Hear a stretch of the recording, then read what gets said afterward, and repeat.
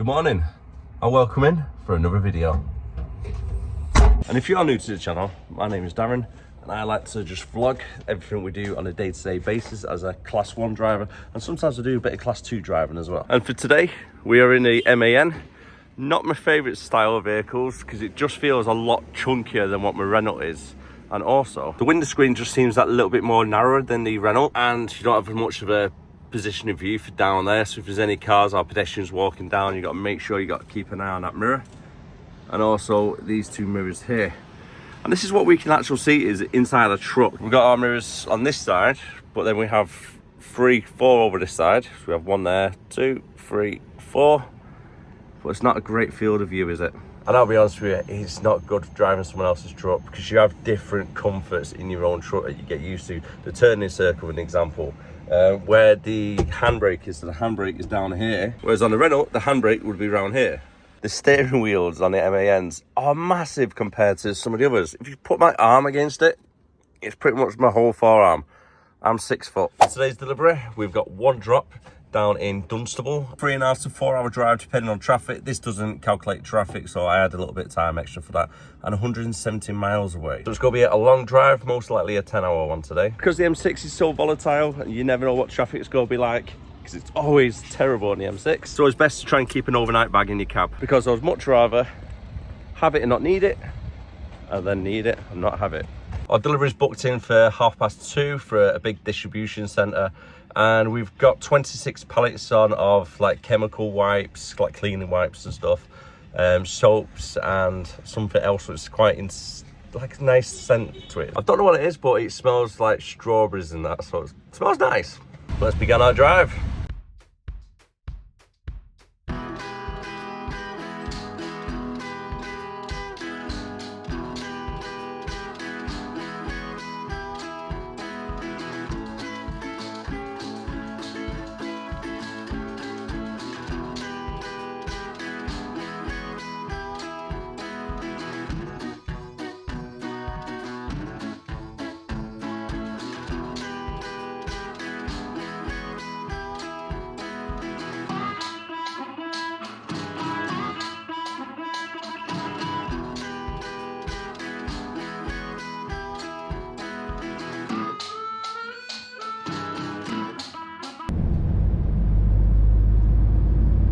The worst thing about these smart motorways is like if you have a breakdown, you're stuck, you got no hard shoulder or anything, you're stuck in a live lane. It's dangerous as hell. But the question is, where's that guy's wheel? Because it was his back driver's side wheel that was missing just then, so I do hope he wasn't actually trying to change his tyre in a live lane instead of putting your hazards on and driving to the safe area. Oh, some people, honestly, the common sense goes out the window if that is the case. As long as they're okay though, that's all that matters. Funny enough, just talking about smart motorways and not having a hard shoulder lane, a couple of weeks back, well, a couple of months back now actually, one of our trucks on nights had a really bad crash with a car on a motorway because he was driving about 2 o'clock in the morning, pitch black, and there was a black car with no hazard lights on, just abandoned in the slow lane. So when the driver was coming down at night, he didn't see it until it was the last minute, had no time to avoid the car, swerve or anything, and then just smashed right into the back of it. Luckily, the people in the car was not in the car at the time, and the driver driving the truck is okay. But it can shake you up a little bit, especially if you're quite a new driver. You're driving down the motorway, you just don't expect to be a car abandoned, pitch black, no hazard lights on or anything, on a motorway. And the motorways these days, you don't have street lights like here at the moment. There's no street lights around here. So it's all just pitch black, isn't it? You can only see as far as your headlight. Now there we go, 6'6" the width is. These class 1s are normally between 8 and 10 foot, give or take, depends which model we got.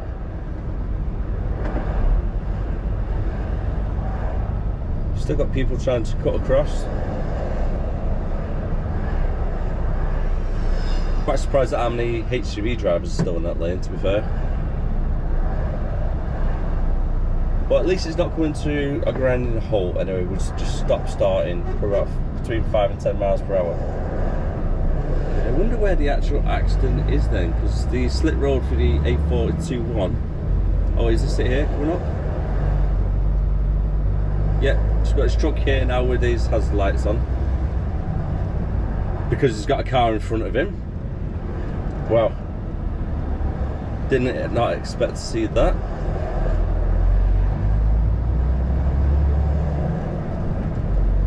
And then away we go. Looks like everybody's alright. Don't think there's anybody's too injured. Truck driver done a good job there of not making the car flip over. There's a lot of people you see on these videos where a car's been knocked in front of the HGV. And a lot of people are like, why are you not slamming on? Why are you not stopping? Well, the problem is, if you've got a car in front of you when you're pushing them in, if you're on a truck, like that car just then, if the truck driver slams on their brakes, the momentum of the force will then force the car to start flipping like a barrel roll. So what they need to do is just take the foot off the accelerator and brake gently. So you're still pushing the car to a slow halt, in fact. You understand what I'm saying there? But yeah, it looks like the truck driver's done quite well not to make it flip in that case. Right, we'll go have our break over here now in Darlington services. Don't know why there's ambulance flashing over there in the car park. There's 2 ambulances in the car park actually. Don't know what's happening over there. They're not too bad, Darlington services over in the M1. We're just on outskirts of Dunstable at the moment. We're about 7 miles away from our destination where we need to be going. What's going on here? Why is people parking the way they have?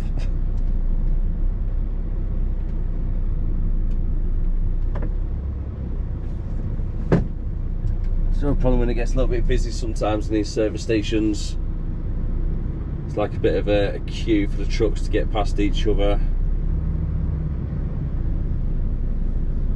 Still trying to find a space if I can.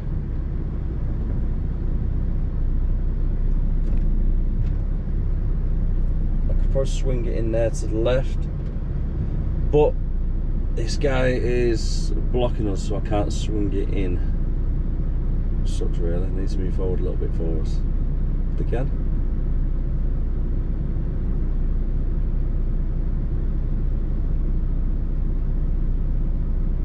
So have they just taken their brake there? This one on the left hand side. That's really annoying when they block the other spaces. You can't just swing your trailer in.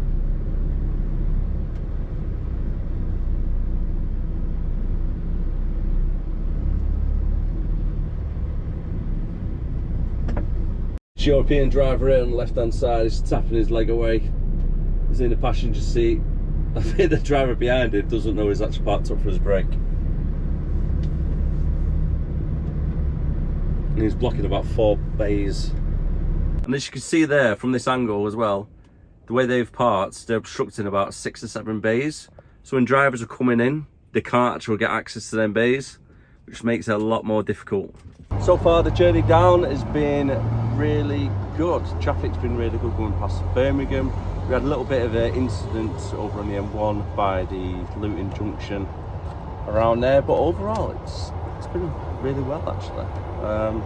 Happy with the progress we're making. It's currently 12 o'clock at the moment and we've got 2 hours before our booking time we can get in. But however, I'm going to finish my break and we'll try and get there for about 1:15 and see if they'll let me in an hour early. Fingers crossed it will, because that would give us a good start at getting back as well. Just arrived at our first destination. It's 1:05 at the moment. They won't let me in until 2:05. So I've got to wait around for an hour and I could get in a half hour early. So it's a little bit of a bonus I suppose, but it's not ideal. I wanted to be back on the motorway by 2 o'clock to get back up towards north. I'm going to stick it on a bit of POA, so at least I can have a 15-minute POA rest period. So then later on, if you need to extend because of traffic, I can extend it, only taking a half-hour break later. So that's a little bit better for our driving time on the way back. And unfortunately, I forgot to charge this up, so I've got no games to play either. I suppose we can always get a half hour on the bed though, can't we? Finally got in and we've been allocated a bay. Quite a big site.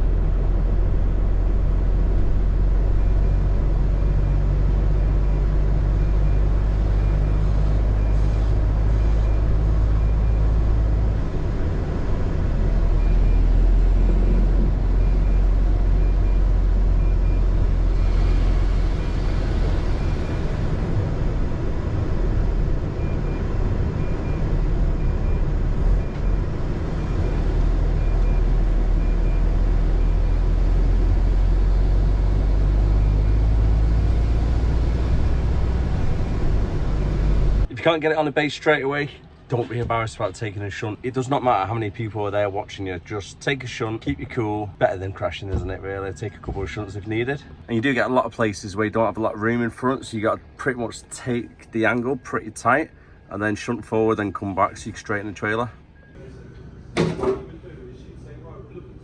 myself a little Kit Kat, and unfortunately in the transport office there was a sign on the side: please allow us up to 3 hours to check your load.